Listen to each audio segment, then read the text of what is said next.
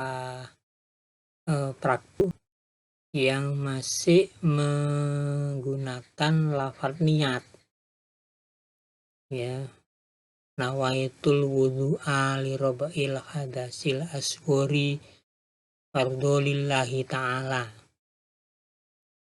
Padahal sudah saya sampaikan di pertemuan kemarin bahwasanya untuk memulai berwudu dan mengawalinya itu dengan membaca Bismillahirrahmanirrahim, sekaligus berniat untuk berwudu semata-mata karena Allah. Nah, dalam hal ini niat tidak perlu dilafalkan, karena niat adalah pekerjaan hati berupa kemauan atau kehendak hati untuk melakukan sesuatu. Nah, coba kita pahami yang dimaksud dengan niat itu apa. Karena Anda mahasiswa, ya saya kira bisa untuk diajak berpikir secara logis, ya. Niat ikhlas, mukhlison niyataka lillah, dengan mengikhlaskan niatmu karena Allah. Ini landasannya firman Allah, wa ma umiru illa liya'budullaha mukhlisina lahuddin. Dan tidaklah mereka diperintah melainkan supaya menyembah kepada Allah dengan ikhlas kepadanya dalam menjalankan agama. Hadis yang menjelaskan tentang niat yaitu innamal a'malu binniyat. Sesungguhnya syahnya amal itu tergantung kepada niat. Nah, niat itu pada dasarnya adalah al-qasdu, yaitu kehendak atau kemauan yang ada dalam hati ketika seseorang akan melakukan satu perbuatan. Kata niat secara bahasa berasal dari kata dasar nawa yang mempunyai arti asal isi atau biji. Selanjutnya dari kata nawa itu kemudian berubah menjadi kata nawatun yang mempunyai makna inti atum. Dari kata nawatun itulah kemudian terbentuk kata an-niyatu yang mempunyai arti dasar maksud, keinginan, kehendak atau kemauan yang teguh. Nah, Imam Nawawi menyatakan bahwa kata an-niyat mempunyai arti kemauan, yaitu satu kemauan atau kehendak hati seseorang yang didahului oleh al-karomni atau kemurahan hati, yang menunjukkan bahwa kehendak hati tadi merupakan kekuatan pendorong untuk mencapai tujuan. Nah, dikarenakan pengertian kata niat yang seperti itu, maka dapat disimpulkan bahwa letaknya niat dari perbuatan seseorang itu adalah berada di dalam hati. Jadi niat adalah al-qasdu, kehendak, atau al-masyid, maksud yang ada di dalam hati. Di dalam riwayat hanya ada satu hadis yang menjelaskan terkait dengan persoalan niat, yaitu riwayat dari Umar bin Khattab yang berbunyi, innamal a'malu binniyat wa innamal likumri'im ma nawah faman kanat hijratuhu ila dunya yusibuha au ila imraati yankihuha wa hijratuhu ila ma hajara ilai.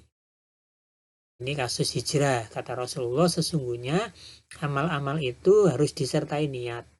Dan sebenarnya amal bagi seorang adalah menurut apa yang ia niatkan. Oleh karena itu, barang siapa yang berhijrah karena Allah dan Rasulnya, maka berarti hijrahnya itu adalah untuk Allah dan Rasulnya. Dan barang siapa yang berhijrah karena dunia yang hendak diperolehnya atau wanita yang hendak ia nikahi, maka hijrahnya itu adalah menurut apa yang ia hijrahi.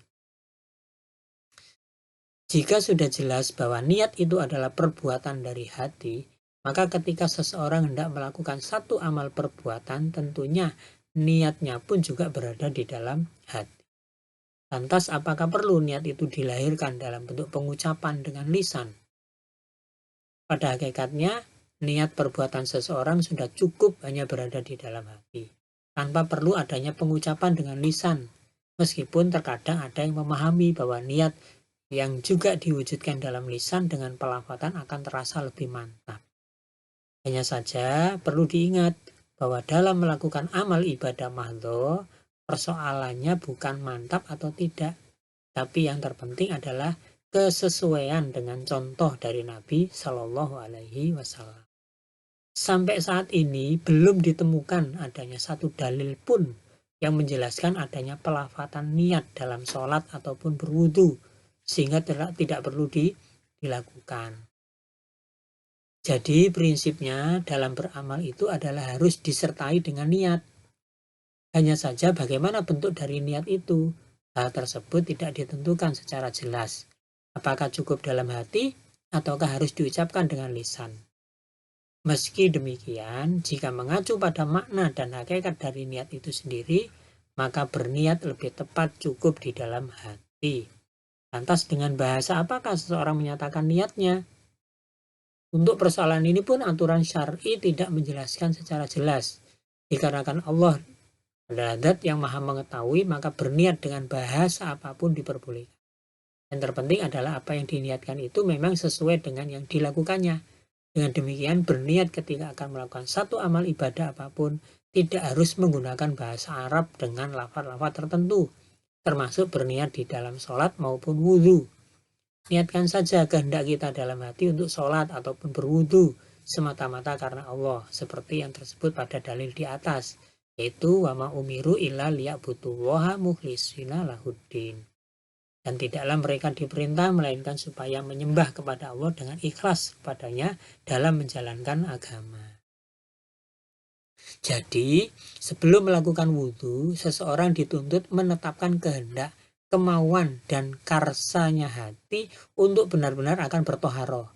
Menetapkan kehendak, kemauan, dan karsanya hati itulah yang dinamakan niat.